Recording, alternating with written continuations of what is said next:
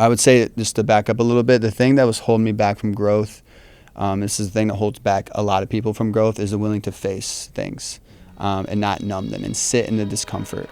I had created so many coping mechanisms, just what I thought I needed to survive at that point, which they... Spokesperson for HYROX, right? What do you do with HYROX? I mean, for the past like 4 years, I would say I was like the unofficial ambassador, then I was an official ambassador, and now I am like on the team as like an emcee. But that acting as like a position with it is not happening until next weekend. So gotcha. Yeah. But so HYROX has kind of taken the fitness world by storm, I feel like, for in many ways. How long has HYROX been around? Yeah, it started in Germany, I'm going to say 2018. The first race in the U.S. was early 2020, and then COVID like took a break, and then 2021 was the first year. Like my first race was 2021 in Austin. It was the first and only time it was in Austin, and then they've been rolling. Just it's been a freaking tsunami. Right. I'm super interested. I'm doing my first HYROX race coming up here in November, so I'm excited about it. But what caused the spinoff? Where did it come from? I don't know if there's necessarily a spinoff. I think like there was opportunity to create, like CrossFit had this, I mean, you can call it a spinoff to CrossFit if you wanted, but like I think if that offends anybody, I'm sorry. That's just always the way I looked at it. Yeah. I think it's the cooler version of CrossFit. No, for sure. I think there was opportunity to create something where there was a wider range of people could participate. CrossFit was very elitist type energy, and you had to be the best of the best to be able to do it. So you could join a gym and like, but at the level of fitness you had to be at, there was more risk of injury, more risk of like pain points, and that's why I was like never about CrossFit personally from my own journey of just dealing with injuries. And I felt HYROX really created an opportunity where more people could do something. And on top of that, I think for years in fitness, like people were very dogmatic. Like, I'm a runner, I'm a bodybuilder, and we went through our phases, the Arnolds and like the people who were just like, I'm bodybuilding. Or there's like people who are just chasing the other side of the running addiction and things of that nature. And I think HYROX took both of those and created a competition where you needed to have both of those to be good. Right. And it created accountability at a very high level. Right. Because at the end of the day, like, we need functional strength to live better, and we need cardiovascular fitness to live longer. Right. We need them both. And it just created accountability to actually achieve that. Yeah. Yeah. Well, I'm excited about it. Yeah, I'm excited for you. And you're a beast at it, so I can't wait to. Things are slowing down here coming up, so I can't wait to come jump into one of your classes and let's go. Yeah, we have fun. For sure. We have fun.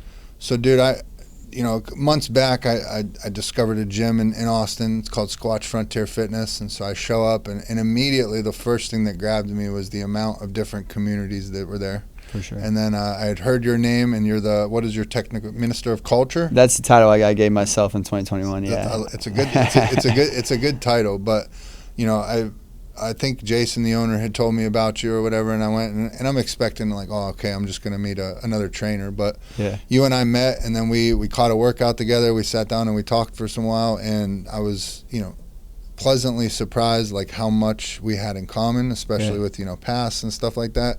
And to find out your kind of deeper why and your passion for building community like mine, a passion for building a community of men, having a good place for them to go. So where did all that kind of start with you? Yeah, good question.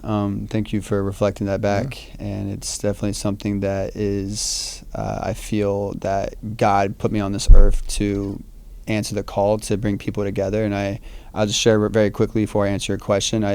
I do think it's a responsibility that I take, because I think with the level of growth that we have as a civilization within tech and AI, we're going to continue to get pulled away from each other. It's already, you see it in politics and different governments and countries and war. And it's like, the more I think community builders are more, like the ROI of community builders are going to continue to increase the value, because we're the ones who are like, yo, let's come back together, quit taking life so serious. Why are we fighting? Like, it's not that deep type energy. I think for myself, like the origin story, it's tough because when I reflect back, like, essentially, I moved here to start life over 8 years ago from Indiana, and it was just more of I needed to get out of a very dark place where I was, having very dark thoughts about myself and, and the environment that I had created, the life I had created. I didn't like it, and I needed to escape. And at the time, I was saying I'm starting life over versus like reflecting back, I'm grateful for that part of my life, and I just started a new chapter. But that was the shame and guilt towards that version of myself, and I came here to chase a journey through health and wellness, and not knowing where that was going to take me, and essentially just this is where kind of like we'll get into talking about men in the arena, but this is where kind of the rule brick and like what I've noticed is like the ethos of men in the arena is men needing to answer the call, like this urge, this voice inside of me, intuition, God, whoever's speaking through me, that I need to answer that call, or the other side of this is death. It's just I'm never going to feel at peace with myself if I can't answer the call, no matter how great it is. So moving across the country, I knew a few people. Starting a new career path, not having a job yet. Where were you coming from? Indiana. Okay. Indiana.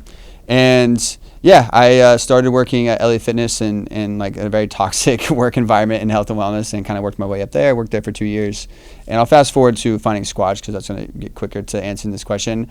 When I joined there, I started going in August of 2020 and started working. It's actually kind of very ironic. I started working for Jason and Squatch like immediately after my first HYROX. And the story there, like HYROX kind of like rewoken like the warrior inside me, which is my personal brand that we'll get to as well. But essentially, like no one at the time was doing events, no one at the time was doing social media, and I was like, no one asked me to do it, and I just took it.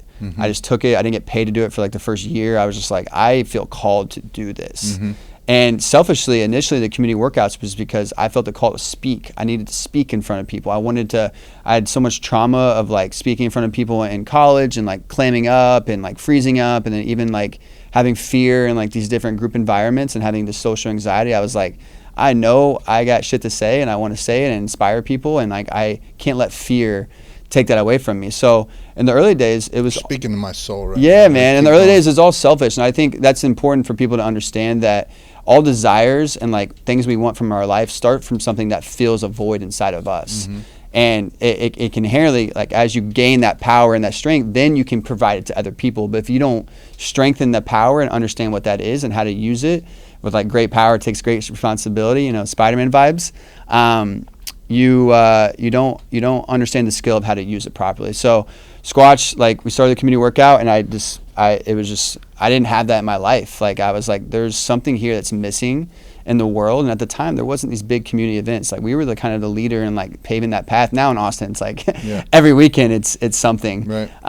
But I really felt just called in that moment, and then over time that just like evolved to seeing like, okay, this is very valuable. Like people need to be healthier and be around other like healthy energy, and this is lighting a spark in their life. And coming out of COVID, like this is super important. And then for Men in the Arena, which is my men's group, which is a nonprofit, I had my own struggles with mental health. I lost my cousin to suicide on my birthday. Like that's another like sign from God that like I'm here to help remind men of their power, of their leadership qualities, and create space where they feel seen and valued and respected. And that was because I needed that, at the time, because like I started it on my birthday in 2023, and I was like the year prior, and which is what a lot of men do when they're in their shit, they push everything away, they hide from the world, they don't rise, they hide and they escape. And I couldn't do that anymore because again, death was the other route if I continued to do that and not answer the call. So started Men in the Arena to create a space for men, and then now I'm doing the same thing with the athlete community. And I think it's a long-winded answer to your question. It was great, dude. It was great because you can see the passion and the excitement you get. It's the same way I get for it, because it's like, much like you said, it starts off as something for us. Yeah. But then you get it, and it's like, I just want to, I could share this with other people. Exactly. And like that was for me, fitness was big because it was like, for the first time in my life when I started off with the running things and people started seeing the positive effects it was having on my mental health and my life, it was the first time other people who were struggling wanted some of what I had. You know what I mean? And so that was what started teaching me that I could use this experience to help other people and start getting people to understand like this empowering feeling that I have, the confidence I've built through it, the community I've built through it. Anybody can do this. Exactly. Like anybody. Yeah. Together we rise. Like I think that's it. The selfishness side of it is if you get those powers and you don't populate it, right. You just keep it for yourself. Right. I've said it 1,000 times on this podcast. The most selfish thing I could ever have done would be to get sober and then just go on about living my life and not use that to help other people. Then what did I put my mother through that for, my sister, my family? Like, what is all they're paying for if I'm not using that shit to help other people? Amen. The if you don't mind, going back kind of to your mental health, was the start of that happening with your cousin? Was that something you had struggled with before? Yeah, no, I had struggled starting. I mean, you could go back to being 18 and Really? I never felt like. And you go back even further to family dynamics, and it all starts off when we're kids. Yeah. I mean, it's environments, right? And like, I know through myself, like environments are very important. That's why I had to like be an entrepreneur. Like even with Squatch, like I have freedom to operate how I want to operate, and I've just noticed that like I need my freedom, my peace, and like moms care, parents care, and I like my parents weren't together when they had me, so they didn't like get married because they had me. So my dad, I had a stepdad when they got married when I was 5, and it was like it was some toxic energy there, and my dad was like around, and but he started his own family too. So there was like a piece of me that didn't feel like I had a place. I feel you. And then go to college. I go to Indiana University. And I don't know what my major is going to be. I'm like, how do people decide this shit? This seems crazy. Like, I'm supposed to decide what I'm supposed to do for the rest of my life, right? Like, this seems insane. And like at that time, I joined a fraternity just to have friends. And I eventually, just because I was away from, like, I was pretty good with school in high school and growing up. Like, I was a troublemaker early, like a problem child. I mean, my mom gave me Eminem, Marshall Mathers LP CD when I was in 2nd grade. Like I've always been like, I think most boys in general are not designed for school because we need to be, the structure is just too much. Yeah. Women can thrive in those environments, but I don't think guys can thrive in those environments. But that's another story. But fast forward to college and, drinking, drugs, all the shit that a fraternity. All trying to fill the void. Yeah, exactly. And I got to and take an Adderall too, and then I think that really messed with my neurotransmitters. And then when I was 21, so I that was my like towards junior year, still just like this compound interest of just not feeling like myself, not feeling like I was being the man that I wanted to be. And then fast forward to like when we were supposed to walk, I wasn't graduating. I had a semester left. I still walked to my class, but here's where the shame comparison started like really compounding on top of me, and like seeing all my friends who took, from my reflection, took, getting a job very serious and their major serious, and they had parents that were guiding them. I was like, my parents they didn't help me with anything. And again, that's no shame or no judgment towards that. Currently, that was my like how I was viewing it. Of course. And I had to go back home, which was a very just toxic situation for me because I like going back home to living with my mom. It was not a good spot for me to go. I felt like I was going backwards in life. So shame, guilt, just stacking and stacking and stacking. I was a criminal justice major. My simplistic like viewpoint of what I was gonna do with life is I didn't want a desk job, and I was like, I'm gonna be in the FBI. Yeah, let's figure it out. And then I think I shared this with you. I worked in a prison for 6 months. Went through the full like being a prison guard. Went through the full like training, and then did the first 6 months, which like that's when you start getting paid more after that. And I was like, I gotta get out of here. Like I was working night shift. I started dipping. Both my dad and stepdad dipped, but I never did. I would accidentally drink their dip spit a lot when I was a kid, and like that kind of like traumatized me. But then when I was depressed, I was like driving to the prison for the night shift, 6 p.m. to 6 a.m. I was this 45-minute drive to Pendleton Max Prison in Indiana. And I was just dipping because it just felt like something, a dopamine fix. During that time, like not sleeping well, not eating well, masturbating a crap ton, and just escaping and trying to numb every single thing. And like for the next I eventually would go back to school and finish, but I still was living at home. And those next 2 years, like I can't tell you how many times like I was just mapping out how it was like gonna feel in my body, feel for my family, like me not being here anymore.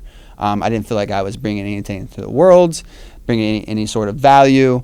And man, the first thing that got me out, and this is why I'm in health and wellness, is I started working out consistently, nutrition. What was the first thing you got into? Just going to the gym? Yeah, I bought there's like 3 things that I share. I haven't shared in a while, but that sit with me still till today is E.T. the hip hop preacher, Eric Thomas. He considered himself the top motivational speaker in the world. He speaks with like conviction and fire, and he was talking about the lion gazelle energy, and it just like woke up a beast inside me at some level. Like as much as I could, I've definitely woken up the beast inside me a lot more over the years. But at that point, I needed to hear somebody speaking to me. I bought a bodybuilding program, Vinsanity, and I don't remember what I was doing with nutrition, but I was clean. Jeff Meadows? No, I forget his name. He's kind of like Vinsanity or Insanity? Vinsanity. He's kind of a punk, honestly. Okay. But that kind of like that's another story too. I did bodybuilding, got all these injuries, and that took me down this path of like corrective, more physical yogi type shit, calisthenics. But and then I got out of the house, but I was working a manual labor job out of college, so I had shame about that. Like I was driving a box truck at 23, 24, installing fitness equipment in multi-million-dollar homes, and I'm like, my friends, I'm seeing them posting on their stories, like they're like whether in Austin or somewhere else, Charlotte, got their corporate gigs, they're out having fun, and I'm just like, here I am dipping in a freaking box truck, installing fitness equipment in multi-million-dollar homes, working with a kid I went to high school who already has 2 kids, and I'm like, man, this is not looking good, but I'm out of the house, so there's progress. Fast forward, I got my training certification. I was like, my roommate at the time, who's an ex-best friend, who's another story as well, but we decided to move to Austin. I was here for, I would say, just to back up a little bit, the thing that was holding me back from growth, this is the thing that holds back a lot of people from growth, is the willing to face things and not numb them and sit in the discomfort. I had created so many coping mechanisms, just what I thought I needed to survive at that point, which they kept me alive. But they were not the solution. They were not the solution for me to become the man I needed to be. And moving across the country gave me this new environment, this new energy to tap into. And I was here I moved here on New Year's Eve, 2017. And at that time, the things that were still holding me back was like wanting to dating apps, like toxicity there, drinking, and that was the big ones. And that first year, I was proud of myself. I really cleaned up my act, but there was still some it wasn't ready. I needed another rock bottom to hit me before I was able to take this next leap. So I got a DUI, my year anniversary in Austin. And that was my sign from above, get my shit together and quit drinking, quit dating. And I've been on that path ever since. Yeah. Well, it's a journey, dude. It's a journey, yeah. It's a journey. I don't know how you feel, but I remember, I got into running early in recovery. Austin saved my life in many ways. Like where I'm from, there's not culture like there is in Austin. So I end up in Austin. There's people running. They're out rain or shine, day or night. And so just getting involved in the running and the ultra running thing, it did so much for my mental health and just my overall well-being, community. And I know the one thing that running taught me is it reaffirmed and reminded me, like, I don't quit. Yeah. You know what I mean? Like, I'm willing to endure, do whatever I got to do to finish. But I don't think even running a 100-miler, doing ultra marathons, doing well, like, it was a very insecure time in my life because I'm newly sober and I no longer have that security blanket of drugs and alcohol. And so it's not like you could be the best runner in the world, but you walk into a room, people just see the skinny guy. You know what I mean? They're not like, ooh, he's a runner or whatever.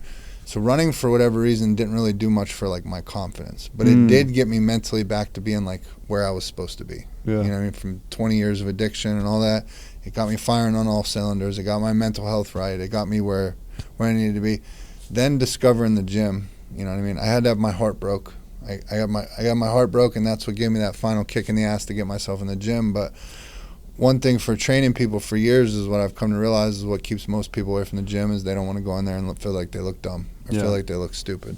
But me getting my heart broke was that final kick in the ass I needed. It was like, I don't care how I look in there. Like, I'm going to go figure this shit out. And getting involved with the fitness and lifting and all that, it was the first thing I'd identified in my life in adulthood that was like, I could not get enough knowledge. I'm going to the library, checking out books. I'm finding every reputable person on YouTube, and I'm just learning. And so, but that's what got me my confidence back. Like, you know what I mean? I know I have a will to not quit. Now I know I have a bit to go in here, be structured, disciplined. Skill set. Doing all that. And then it like kind of opened up my eyes to understand, like, going through this world or going through recovery or mental health, like, these are all tools. I can't throw all my eggs into the gym basket and think it's going to bail me out every time. But now I have tools. I have a community. I have running. I have the gym. You know what I mean? All these different sets of tools now where it's like, damn, like, I've been able to build like quite a good foundation. But for you and your mental health, kind of going back to my question, how do you feel like that? What do you feel that it did for you? Your mental health, your confidence, all the above? When you were going through your kind of depression, your hard time, and you got in touch with the fitness aspect, did you feel the same things? 100%. I mean, that was like that's why I followed the path, like a career-wise, because I was like, if this is changing my life, like this is, like, as you said earlier, the energy is going to, it's going to change other people's lives. Yeah. And I just been, following that path. And I resonate with, and this kind of gets back to kind of answering the call and like developing your own tool set. It's like, I became a sponge. Like, I just wanted to absorb everything. I was listening to all the podcasts, reading all the books, and just trying to give my brain new things to digest and have as language. Because the language I had prior was very negative, very supportive, very simple. And I needed new language to be able to operate in the lane that I wanted to move forward with. So I was consuming as much as I could. Right. Yeah. What so you talked a little bit about you've talked about Men in the Arena, and then you've talked about your business also. Can you elaborate on those? Yeah. I mean, Men in the Arena, I think, so we have that's the beauty. I've always been transparent with like the people in our squad. Like, hey, we're learning as we go. I don't believe in like anything being finite and like this is the way type energy. The energy that I try to say to the men that come is like, this is like AA. Like, you come when you need it. There's no sign up. There's no membership. At least in its current form, that's how we want to keep it. For men to come and check in and do a workout, and we have different men over time that come in and lead and share something about their life, and then at the end we have an open discussion. It's not enough, but it's something. Yeah. And that's something we even just had a leadership call this past Monday, and that's something we're sitting with from like an outside perspective view, because I am very someone like, like just I'm an open book, and I'm willing to be vulnerable, and I know how challenging that is for most men. And I don't want to create energy or space where that pushes people away to not come and receive what I believe all men need, is being around only men and containers, because it's very primal, it's very necessary, and we need each other to support and lean on and have respect for and respect each other and push each other. And because we're already in competition, that's already there. Right. Like, why can't we come in and have an understanding that, hey, this is real things that we experience as men, where instead of pushing each other away and pointing, why can't we come in and align and resonate? So we have developed over the last 2 years, we've been going since May 5th, 2023, 4 pillars. Those pillars being the first one, which is the invitation to come to the workout, a challenge. And we've created other, like, we did an overnight ruck. We're working on some other things as well. And challenge test. We live in a world where we have more comfort than ever before. And what that's created is weak men. There's various different reasons. I can go down loss of rite of passages. I talked about fatherhood and like lack of positive male role models. And now women having more rights, which is beautiful, but it's created this energy where there's more boss babes and men don't know their place in the world. And then you got women saying, oh, they don't need men, and that's just not good energy. All that to lead to us not testing ourselves, not challenging ourselves. And we need to be in that, because that is energy that allows us to sharpen our edge and remind us of who we are as men. So that's like the big one, and they're all big, but that's the one where we're trying to like bring people in, is like for lack of a better phrase, top of funnel. After that, it's duty. And that means like we have a responsibility as men to protect, we're protectors. Protect people that need protected, protect people that can't protect themselves. So one version of that is we partnered with Angels, which takes different people with disabilities, and we push them in races. We'll do it again for the Austin Marathon.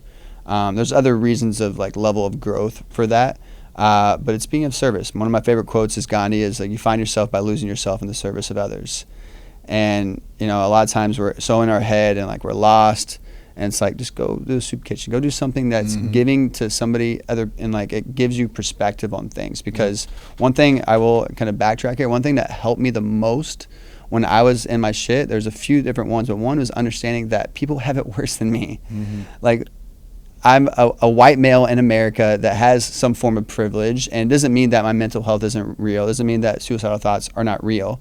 But there's people that have it way worse than me. And if they can still show up and do the work and persevere and endure, I can too. Right. The third one being third pillar, so we got duty, we got challenge. Third one is fellowship, so brotherhood. You know, again, the energy of just being around other men. And then the last one to me is the most important, is reflection. If we're not reflecting on how we're showing up in the world, then we're coasting. We're coasting, and if we're not willing to face ourselves and be real with ourselves on where their growth lies, then again, we're just not going to continue to grow. And I think what's very a part of men, and this is why it's important to test and do all these things, is like we need to be in our purpose. If we're fixating on other things and we're not in our purpose, we're lost. And if we're lost, that's where the unsupported, the negative, the projections, the pushing people away start to come. And it's when these, if you cycle through these 4 things, you will be in your freaking purpose, in my opinion. Because they did I'm going to follow the path of men in the arena for now, if that's okay. They did a study of, with suicide notes, and what was the most common words that come up on suicide notes: worthless, useless. So again, it just comes down to like, I don't think there's a time even in our 80s where I need to be doing something with my hands. Like, you see people who retire and they can't just like not do something, right? It gets back to us sitting in school. We need to be doing something and moving, and not be boxed into doing something. Yeah. So, yeah, that's Men in the Arena. Dude, it's great. The going back to what you said, I think it was your third pillar about like you people have it worse than us and all that. That was this weekend, starting tomorrow, we got the 100th episode weekend coming up. And I always wanted to do something cool for the 100th episode and all that, but like, all right, cool, I did 100 episodes. But my friend Kaylee, I don't know if you know who she is, but I post about her. She's in my run group. She's the first girl in the world to ever finish the New York City Marathon with Down syndrome. Cool. But bro, that right there, like, that girl wakes up every day. She's in the gym at 4 a.m. She's doing laps. She's swimming. She's in the gym lifting like that. Like, bro, I see people like that, or like out running ultras, and there's a veteran out there with, you know what I mean, literally one leg. These people are doing it, and it's like, man, like, I want to sit here and bitch about my stuff. It's like, you know what I mean? Like, there's people out here that, you know what I mean, make me take that back 10 times out of 10. They always go back, you put your problems out on the table, you take yours back 9 out of 10 times or whatever it is. But it's so true, dude. So the fact that you've built that space, and not only just said like, oh, I got a men's group, but you have a structure, a workout, a fucking call to action, like all these things, like more to come. Dude, that's good shit, and that's the shit that like really helps people. Well, perspective is like, it's so important. Like, and I think if you're not getting yourself in a position where you're getting humbled and having perspective, then you're not living. You're not living in like, and facing your fears. Right. Because it's a absolute thing and truth of mine that you're going to be humbled or set back, or some type of like thing is going to happen to you that's going to give you perspective if you're living your purpose and like having big dreams and like facing your fears. Right. But I go back to all the worst times of my life, and the times where I felt worthless and all that stuff. I did not know of any purpose. Like, my only purpose was to get more money to get higher. My only purpose was to not die, to not OD, whatever variation it was, but it was no purpose. And then as soon as I discovered purpose in my life, which isn't easy for a lot of people, like, I get it. You can tell people that. It's like, all right, go discover purpose. But you're actually giving people a roadmap of like, hey, look, this is how I did it. And so that's literally what I'm always trying to do, is like, hey, this is how I was able to change my life. It was through doing these things, being around these type of people, being willing to do this. Exactly. And that's what helped change my life. You know what I mean? So the fact that you have it far more structured than I do is fucking awesome. Well, I will say, though, too, it's like, for people listening, it's important to understand what you want. Like, even HYROX, right? It's like HYROX has created this massive energy. It's growing really fast. And that creates some, like, we're status-driven beings. We're behavioral beings, because everyone's doing it. There's just like, oh, I need to go do this thing, right? But it's like, you got to ask yourself, in my opinion, like, is this something that I actually want to do and experience? The same thing with like joining a community. It's like understanding what really calls to you and go find people. Like, that's all it comes down to. The structure and stuff, it helps, and I think it's very important, but just start with like taking the first step and finding a group of people that you resonate with, because they're out there. Right. And that's, I talk about a lot about that too, because when I got sober, like, I had been getting fucked up for 20 years, and like, I didn't know who I was. You know, I mean, this is my first time being an adult now with, you know, not without substances and all that. And so being able to go out and find those things, and like, there's no way you could ask me the most simple question of like, who are you? Yeah. I couldn't have given you an answer. I could have told you my name, you know what I mean? I didn't know a purpose or anything like that. But once you start challenging yourself, you start finding out who you see or truly see yourself as, who other people see you as. It starts being able to form like who you are as a person. And luckily, I was, you know, by the grace of God, I was able to walk out of it with like a very profound and clear understanding of like who I am, who I'm supposed to be. And it literally set the bar for me. So now I know if I'm living below it. But it's so hard to go throughout life. If nobody ever sets that bar, nobody ever keeps you accountable to that bar, I don't know if I'm under it, around it, anywhere near it, or anything like that. So finding that community of people, like finding all that, is so important. And I mean, bro, you didn't end up in Austin by accident. You know what I mean? Like, you just like I did, and like, we ended up in a place where like community is the thing. Yeah. And there's fucking communities for everything, everywhere. Now let's get it everywhere in the world. I mean, it's the solution. Let's try. I talked to one dude, and he was asking me what my goals were, and I was honest with it. I think he asked me what my 5 and 10 year plan were, and I was like, bro, like, I focus on putting good energy out in the world, good things happen, and I just keep doing it. Yeah. And but he challenged me in that moment. He's like, don't only set goals, set goals that scare you. Yeah. And I was like, oh, you're kind of right, dude. Like, you are kind of right. So couldn't agree with it anymore. It's real. Yeah. I mean, I'm very much the same way, and the business world really thinks in like 3, 5, 10 year plans. So I always have like resistance towards that energy, but I do, in terms of dreaming big and like being able to sit with that once in a while to see, okay, this is where it could go. But I'm very just like in the moment type energy and trusting instincts, because like things evolve. Like, I don't know who I'm going to be in 5 years from now, you know, and like what I actually want. So yeah. Right, dude. I heard some on a podcast or read it recently, but it was like a man will reinvent himself like over 4 times or something in his life. I feel like even more. I feel like even more. I can look back and see it was like, oh shit. Like, I remember when I was running and I was at the height of my running, it was like, I'm doing this forever. Like, I will always do this. And then now running, I still run, but it's a very different thing in my life. I don't still have that same fire that's like, I got to go out and run 100 this weekend. I got to go do this ultra. Now it's like, no, I'm going to get these 3 motherfuckers to come run with me to get them to feel what I feel. Yeah, you know, you're playing a different game, man. I resonate. There's still people, like, it's natural for us, I think, for people to be, we're survival of the fittest, right? That is like how we've evolved as species, and that's why humans are here and we're thriving. But my prerogative, and what I align with you, it's survival of the community. How can we get people to come together and continue to rise versus like, I still have like my personal things, but like right now it's kind of on like the side, but I'll have them again. But what's more important to me is like, how can I get more people involved and feel a part of something? Right. Yeah, exact.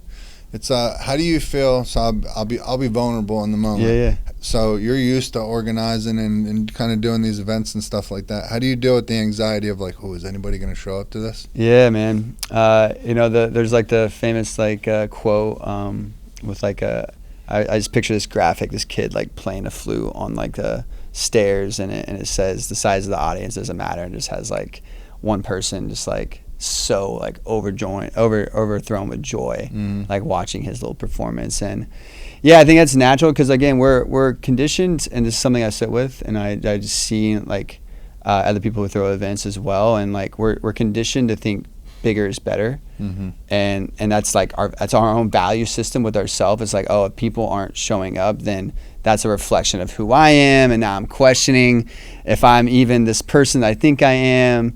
And at the end of the day, when it comes to events, because we're all like, this is my own rationalization over the years, is like it just takes consistency. Mm-hmm. Like build it and people will come, nurture it and people will stay. Mm-hmm. Like at the end of the day, like as long as you are keep nurturing and nurturing and nurturing, sizes will grow if that's the goal. Yeah. But like a one-off event, it's really tough if you haven't already nurtured, like, you know, you have, like with your redemption community.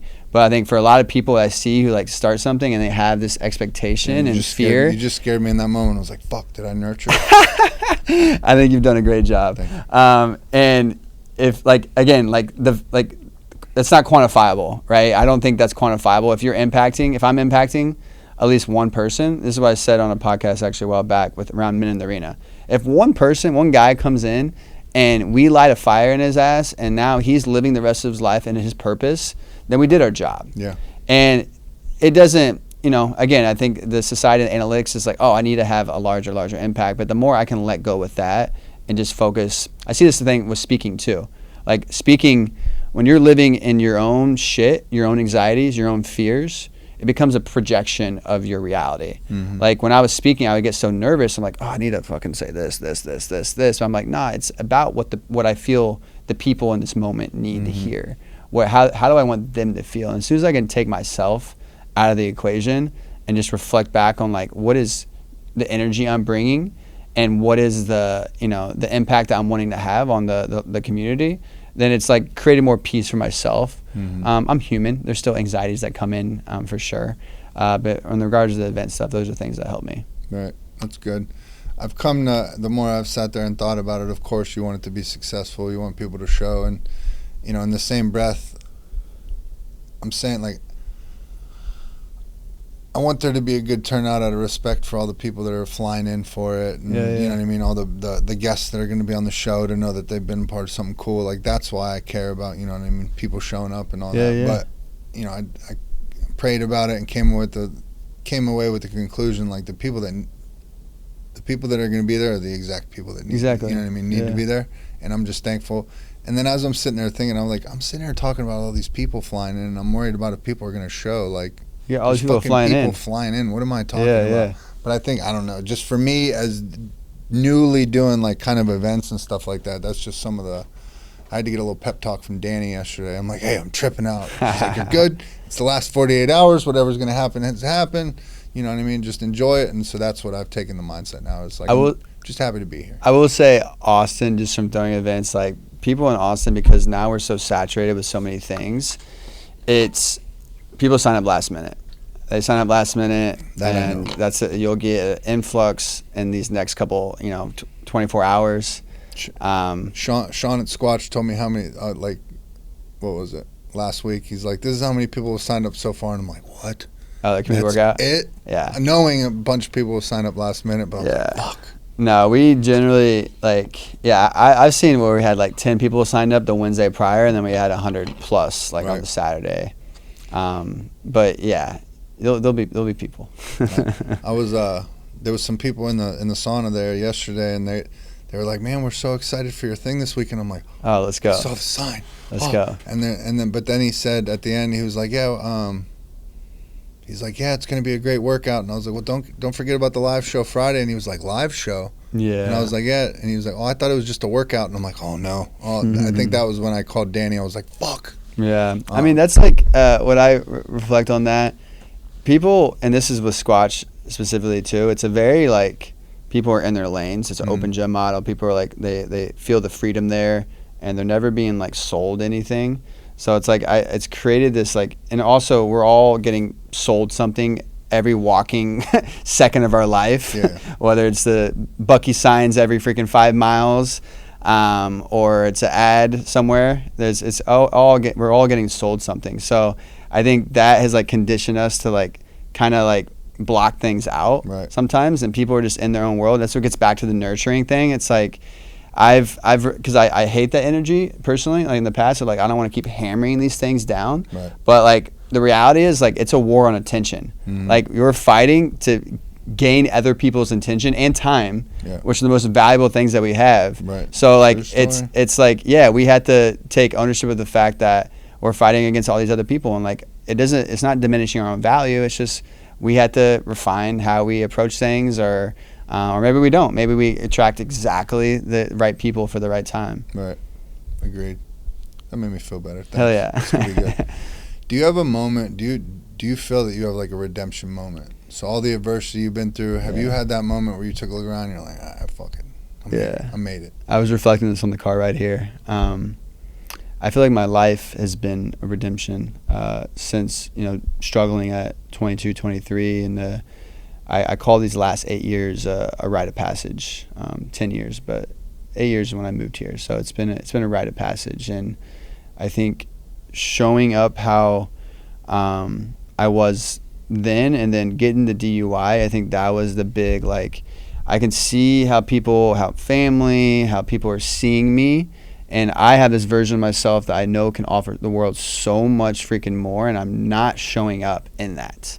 The separation gap is just too freaking wide, and I can see how other people are reflecting on me and who I am, and not taking me serious, and underestimating me. And I'm I still get that in different bouts over time because I operate very differently. Remind me, I want to go back to that. Keep going. Yeah.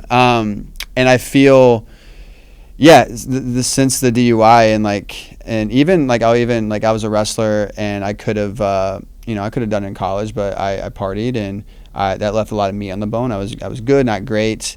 And being able to, I would say 2 moments come up for me.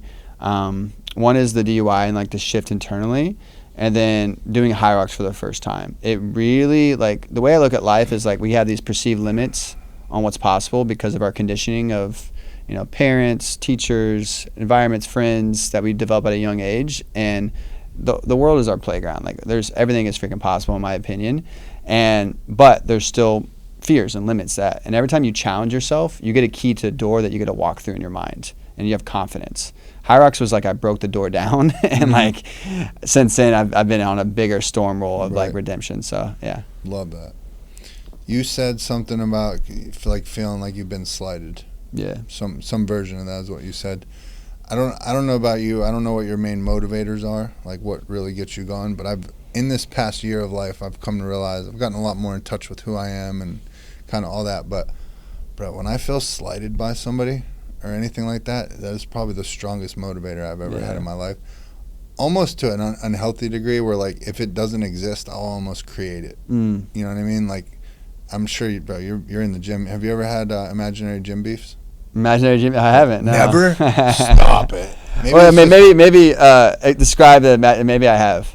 Squash is not really that energy at all. But if you go into a bodybuilder gym or even Gold's or something like that, you don't just ever catch vibes from a dude. Oh, for sure. I haven't been in that environment so long, so I guess it's I've never literally got it at Squatch one time. It's just not the same environment. But I'll be in those other gyms like that where you see him, and I'm just fuck that dude. No, it's definitely for no reason. Yeah. But just imagine he looked at me weird, fucking whatever what it is. That's not even the part about being slighted, but it's just the silly shit. I got in so many fights in college. I was a fighter. I would get drunk, blacked out, and just if people looked at me wrong, I was fighting. Right. Yeah. See. But dude, I'm almost I'll take a perceived slight. It was not even a slight, but I'll take it in that, bro, and that shit will fuel me for 6 months. Largely where everything I am redemption is all that is because I felt slighted. I haven't sat with this a lot, but I resonate. Even I can reflect a time where I can reflect a time where a girl I liked a couple years ago, and she basically said because I wasn't where I was financially yet, said not interested type energy, and that gave me fuck. I need to get my shit together. And then I think women are the things that are giving me, because I want to have a partner, and it's if I feel that they're not seeing the version I want, I feel that slight, and it's I like this. I definitely want to. I want to be better and continue to grow. Right. So I resonate with that. Yeah. Those slights, man, it can be a powerful thing. Yeah. I mean, I think anything it's all how you channel things. For sure. Right? It's having a setback, slight, whatever energy that's creating, you got fired. The universe is giving you what you need in that moment, and it's up to us to channel it towards something. Right.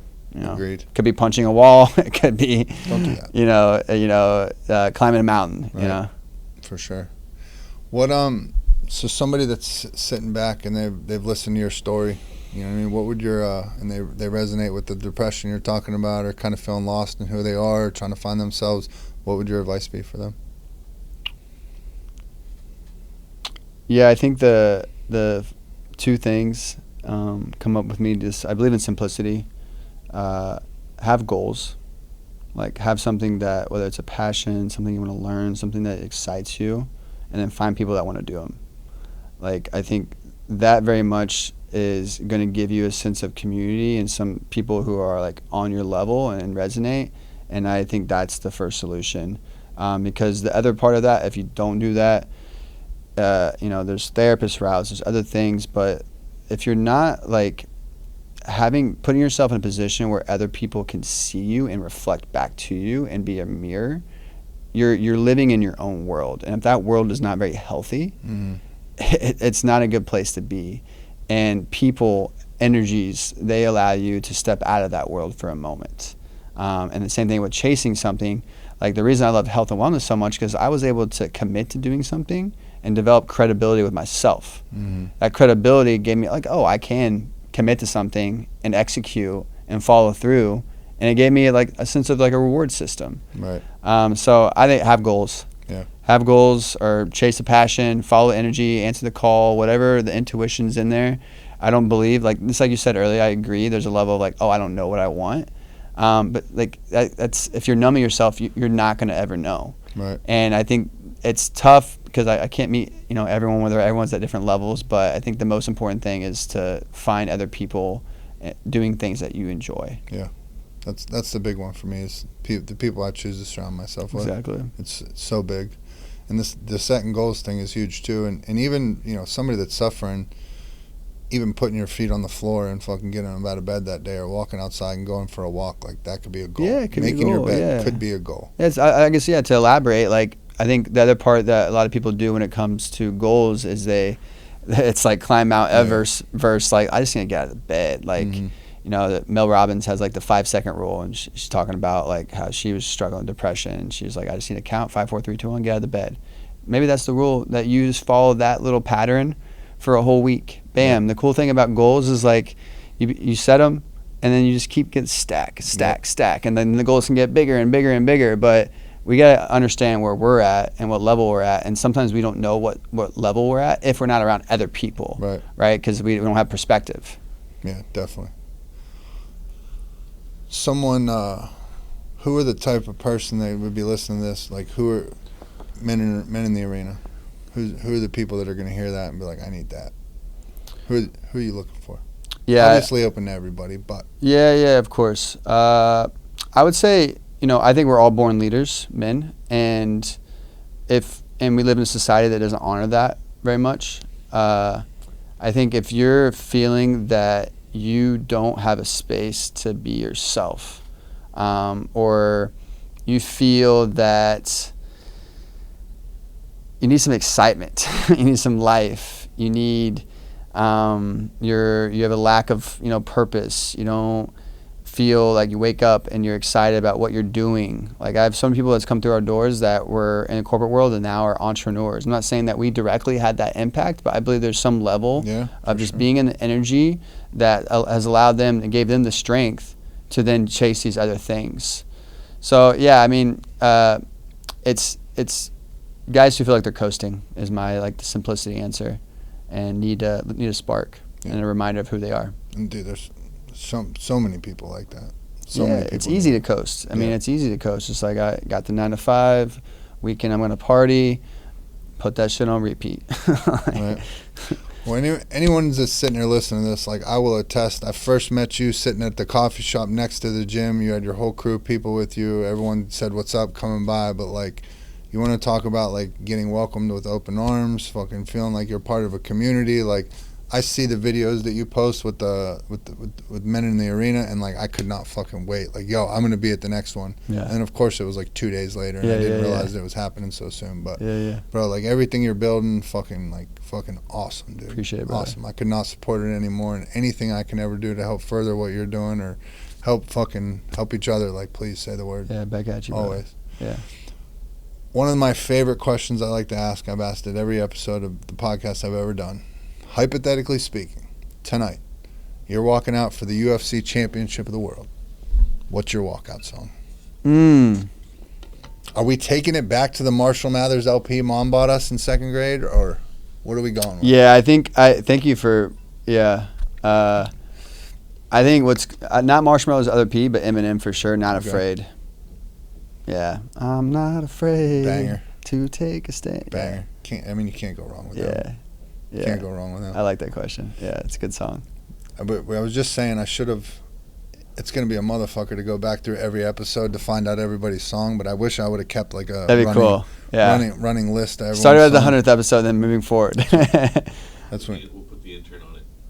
Oh, yeah. Oh, there you go. That's the beauty of, yeah, there you go. I mean, all he's got to do is go towards the end of every episode, and he should find it. It's probably not that hard. I don't want to do it. That's a task. That I know. I do enough editing. That I know. Yeah, I feel you. Dude, where can people find you?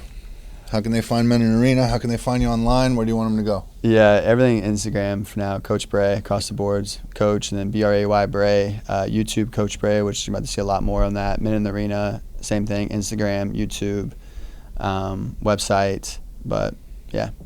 Well, dude, I'm very excited because tomorrow starts off the redemption weekend at Squatch. Let's go. You are the man when it comes to the community workout. I'm honored you're letting my group join in with yours. You've built something incredible. So can't wait to bring some energy. We're gonna have C4 out there. We got Hoka out there, Fleet Feet, Austin Marathon, a bunch of other vendors. So we're gonna have a good fucking time, dude. I'm honored to be doing it. To be part of your workout and to be doing it with you and everything. So let's go. I appreciate you taking the time to come down. It's a hell of a drive, I know. San Antonio. Right? You got anything else you want to plug or talk about? Nah. Good to go? Yeah. Feel good about it. Well, bro, I love you, man. I know we haven't got to know each other. I know we haven't got to know each other a ton. But we get it. We do. Yeah. So I love you, dude. Thank you for the time, bro. Appreciate you. My man. Oh, almost forgot. Holy shit. But the way we like to wrap up the show. I'm going to change it up, too. They've heard some of your testimony. They've gotten to know a little bit about who you are. But if you'd be so kind and take a look in your camera and let them know who you truly are. Yeah, my name is Bray, and I am a man in the arena. Let's fucking go with some power. That resonates a little bit more. Perfect.